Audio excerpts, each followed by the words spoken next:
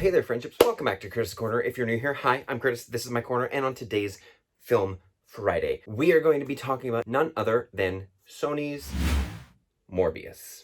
I also realize I have green nails, a green backdrop, and a green part of my shirt, so everything is probably see-through. So it's going to annoy me, so it's going to annoy you.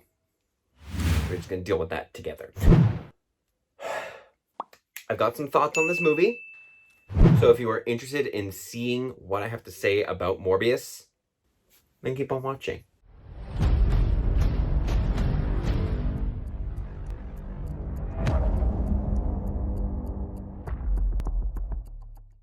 So, I went into this movie seeing all of the drama kind of going on behind it, but I still went in with an open mind, hoping that I would come out relatively pleased with the film. I think I was one of the very few who wanted to see it because of the character and just the whole world building of this new like Sonyverse of villains and so on and so forth. But then finding out that how confusing it was becoming with all the different trailers coming out, figuring out what Spider-Man does he belong to. Is he in the Venom verse? Is he in the Tobey verse? Is he in the Andrew verse? Is he in the Tom verse? No idea. Then to find out, they deleted basically every Spider-Man reference that they had in the trailers out of the actual film itself. There are still some here and there. For example, the Daily Bugle paper is still in there. The line where he says, "I am Venom," that is still in there. Delivered slightly different, but it's still in there. Michael Keaton as the Vulture, Adrian Toomes, is in there, and we will talk about that. So this will get potentially spoilery near the end of the video. However, with this film, it starts off kind of right in the middle. I was not expecting it to be like this. I was expecting it to be kind of like, here's a doctor, let's go back in time, find out how he was as a child, then we're going to flash forward, and then he's going to go and find this cure, and so on and so forth, blah, blah, blah, blah, blah. But they literally start off with him at the cave filled with bats. No explanation, no lead up to it. It's just, you're at the cave now, enjoy. The credits, both opening and ending, are very like Strangers Pray at Night meets Stranger Things. It's very odd and very neon, which does not suit what Morbius is trying to be in this film. They tried to do a very dark tone with it. There's not a whole lot of humor in this, and if there was, then I kind of, I guess, missed half of the jokes. Jared Leto did his best, considering he was also an executive producer on this film. He did his best with what he was given. I think had they have kept the original script and all the ideas that they were putting into it, I think it would have been handled and delivered a lot better than what it was. The CGI is very hit or miss. The transformation into the vampire is very CGI heavy. Like, there's like, you can't deny that this is not a real person. The bats flying around, that's cool.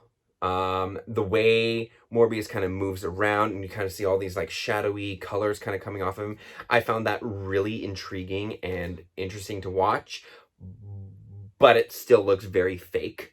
And the one big thing I think that really annoyed me the most in this entire film was the fact that while in the vampire, like full vampire mode, he didn't speak.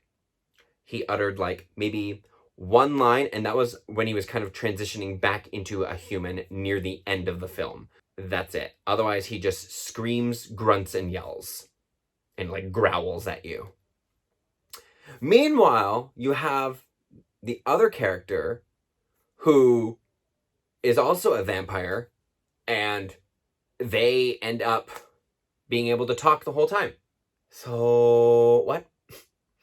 On top of that, Morbius only displayed like 3 different powers: echolocation, strength, and being able to fly. That's it. Pretty sure he has a lot more than that. Like, when I say strength as well, I'm talking about like strength and speed, because they kind of go hand in hand together, because every vampire in any depiction is always fast and strong. So there's that. You get the echolocation, and then he can fly. So technically 4, but I'm lumping 2 of them together in 1 because it's your stereotypical vampire trait. However, I'm not just going to be here to rag on it the whole entire time.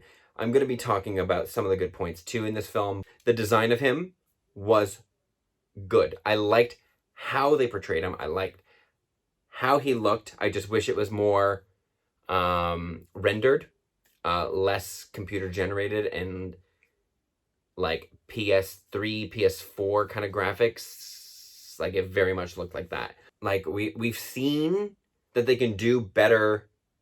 Let's put it into this perspective. Sony was able to create a better skinny body using CGI on Jared Leto than what Marvel did for Chris Evans in Captain America: The First Avenger. That to me looked really off and just uncomfortable to watch because it wasn't right. This one, you believe that he was that skinny. You could tell that it was CGI, but it was so nicely done that why didn't they use that technology to create the Morbius vampire monster to make it look more realistic? You know what I mean? That's pretty much my views on the movie itself. The post-credit scenes, so now we're getting into super spoilery. So what I've read was they play them like basically back to back. One kind of interrupts the mid-credits, and it is not forced. It provides a good connection between the Sonyverse and the Marvel MCU. So I can get behind that. The thing I can't get behind is literally like 2 minutes later, they played the second scene before even like the black screen credits. Like I said, the first one I can kind of get behind. I can kind of understand what they were doing with it. You see a rift open up in the sky. Michael Keaton appears in prison in an empty random cell, and they let him out because they're like, well, we have no record of you being arrested. We don't know who you are. We don't know why you're in here, so we're going to let you go.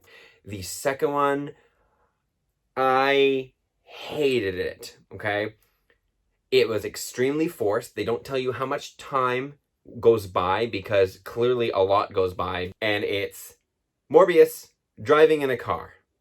Why are you driving in a car if you're a vampire and can fly? 1. 2, are you still on the run or are you not on the run anymore? 3, how long has it been, because he goes into the middle of nowhere to meet Adrian Toomes, but he's in his vulture outfit. How did he get released and have the time to create this vulture outfit from the Homecoming movie if he was just in prison and there's like no Tony Stark that we know of in this universe? What is going on? How?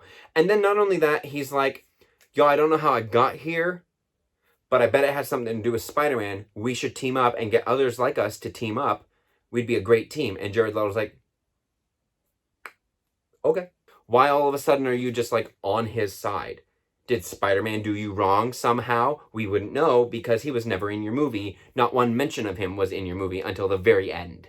So nope, didn't like it. Now, do I think that it deserves the, 15%, 16% on Rotten Tomatoes? No, I don't think it deserves that low. It isn't a great movie, but it is not deserving of that low of a score. Where I gave Venom, I think like a B+ or an A-, something like that, I would give Morbius about a C+. It's like it just passed. It's an entertaining enough movie to keep your attention. The storyline is good. I found they did rush certain aspects of the film to kind of get the character where he needed to go. But otherwise, it was an all right film. I think younger people who are going to go and see it are going to enjoy it more just because it is kind of like a mindless, nonsensical film. That's pretty much my thoughts on this entire movie. And I wanted it to do better. I really wanted it to do better. But anyways, that's my quick review. Not really much to say on it. Hopefully you enjoyed it. If you want to go and see it, go on a Tuesday where it's cheap night. Otherwise, just wait until it's like on demand or online somewhere. I'm not condoning streaming online illegally, but stream it. If you enjoyed my review, if you've seen it and you agree with my thoughts, leave a like. Don't forget to subscribe to my channel because I put out weekly videos, and hit that notification bell so you know when I post a brand new video, because if you don't, how else are you going to know when I post a video? You won't. So do it. It's the weekend, so I'm going to go and enjoy, and I will see you on Monday. But until then, goodbye, friendships.